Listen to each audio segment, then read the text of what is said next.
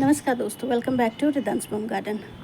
दोस्तों, ये कड़ी पत्ते का प्लांट है और मैंने 1 महीने पहले इसमें हार्ड प्रूनिंग किया था। तीनों पौधे में मैंने हार्ड प्रूनिंग किया था और 1 महीने बाद का रिज़ल्ट है। देखिए, सभी ब्रांचेस में मल्टीपल शूट्स तैयार हो गए हैं और काफ़ी अच्छी ग्रोथ इसमें स्टार्ट हो चुकी है। तो अगर आपने भी अपने कड़ी पत्ते के प्लांट को प्रून नहीं किया है तो इस समय आप कर लीजिए।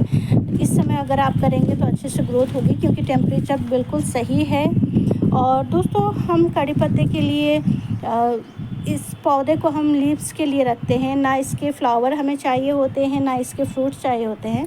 तो कड़ी पत्ते को लीव्स के लिए रखते हैं। तो इसमें इस समय ऐसा क्या फर्टिलाइज़र दें, क्या इसकी देखभाल करें ताकि हमें अगले 1 महीने बाद जो है इसमें काफ़ी ज़्यादा लीव्स मिले, ताकि हम ढेर सारे लीव्स को हार्वेस्ट कर सकें। और दोस्तों, कड़ी पत्ता एक मेडिसिनल प्लांट है, तो ये इसके लीव्स हम लोग यूज़ करते हैं, कंज्यूम करते हैं, तो काफ़ी हमारे बॉडी के लिए अच्छा होता है, बालों के लिए भी अच्छा होता है। तो इसमें हमें ज़्यादा से ज़्यादा लीव्स चाहिए होता है।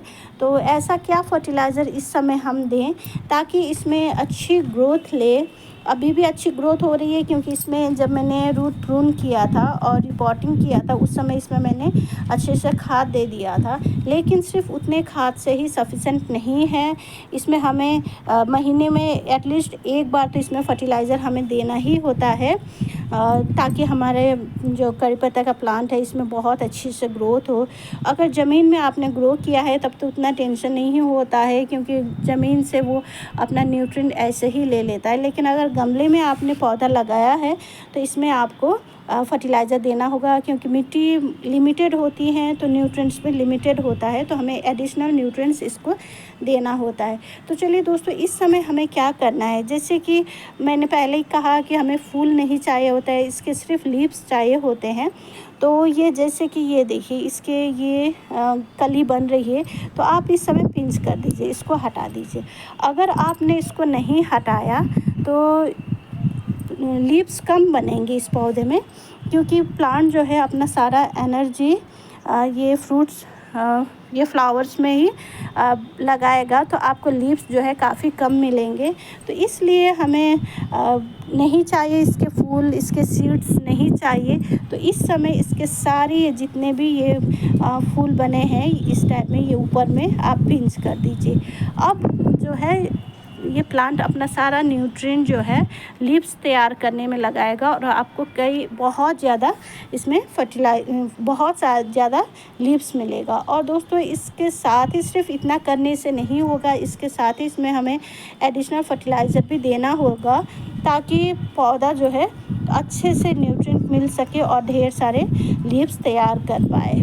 तो मेरे वीडियो में एंड तक बने रहिएगा। मैं फर्टिलाइज़र भी बताऊंगी कि कौन सा फर्टिलाइज़र देना है और किस तरीके से देना है, ये भी मैं आपके साथ शेयर करूंगी। तो इस तरीके से जो है सारा आप पिंच कर दीजिए सभी पौधे में।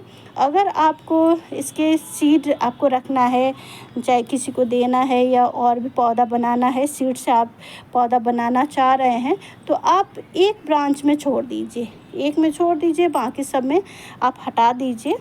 तो ये जो है एक आपको तैयार हो जाएगा, क्योंकि एक ये बंचेस में निकलते हैं, इसके सीड्स है काफ़ी बंचेस में आते हैं, तो आप वो यूज़ कर सकते हैं। एक डाली में छोड़ दीजिए, बाकी सब में सब ये हटा दीजिए। और दोस्तों, इसमें जो मैं फर्टिलाइज़र देने वाली हूँ वो है ये देखिए, ये वाइट कलर का जो है ये छाछ है। आप कड़ी पत्ते में छाछ दीजिए, बहुत ही अच्छा होता है ये प्लांट के लिए। ये इम्यूनिटी बूस्टर होता है, ये हमारे पौधे को तैयार करता है कड़ाके की गर्मी झेलने के लिए, और इम्यूनिटी बूस्टर का ये काम करता है। प्लस इसमें नाइट्रोजन, फॉस्फोरस और कैल्शियम बहुत ज़्यादा होता है, और ये तीनों नाइट्रोजन, फॉस्फोरस और कैल्शियम जो है लीव्स ग्रो करने के लिए बहुत ज़रूरी होता है। और इसको जो है कैसे देना है, जैसे ये ग्लास मैंने लिया है, इसमें आप दोस्तों ये छाछ लिया है मैंने, और ये छाछ 3-4 दिन पुराना है, काफ़ी खट्टा हो चुका है। तो ये नाइट्रोजन, फॉस्फोरस और कैल्शियम तीनों इसमें भरपूर मात्रा में होता है, प्लस इसमें जिंक भी होता है। तो जितना आपने छाछ लिया है उतना ही पानी मिक्स कीजिए और देखिए ये आपका फर्टिलाइज़र तैयार हो गया। इसको आपको देना है, आप चाहे तो मिट्टी में भी दे सकते हैं या फिर आप इसके लीव्स में भी स्प्रे कर सकते हैं। तो मैं अभी इसकी मिट्टी में दूंगी। और दोस्तों इसके लीव्स अभी ज़्यादा बने नहीं हैं, कम ही है, तो अभी देने की ज़रूरत नहीं है, हम इसको मिट्टी में देंगे।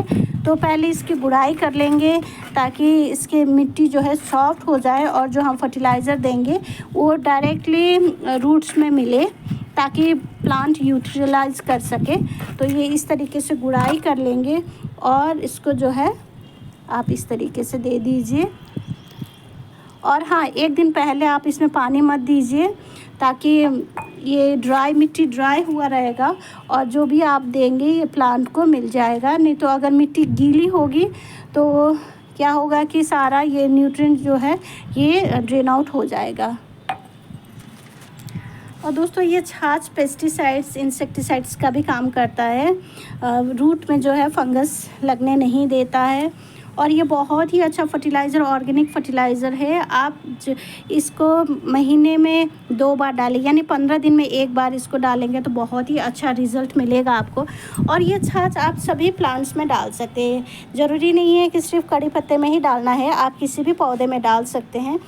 और दोस्तों कड़ी पत्ते का पौधा जो है सन लविंग प्लांट है ये, तो इसको फुल डे की सनलाइट में भी आप रख सकते हैं या फिर आप कम से कम 5 से 6 घंटे की सनलाइट में आप इसको रखेंगे तो बहुत ही अच्छे से ये ग्रो करेगा, बहुत ही इसके लीव्स अच्छे बनेंगे। तो दोस्तों इसको आप छाँव में रखेंगे तो उतने अच्छे से ये ग्रोथ नहीं करेगा, तो इसको फुल डे की सनलाइट में रखिए या कम से कम 5 से 6 घंटे की सनलाइट इसको देना ज़रूरी है।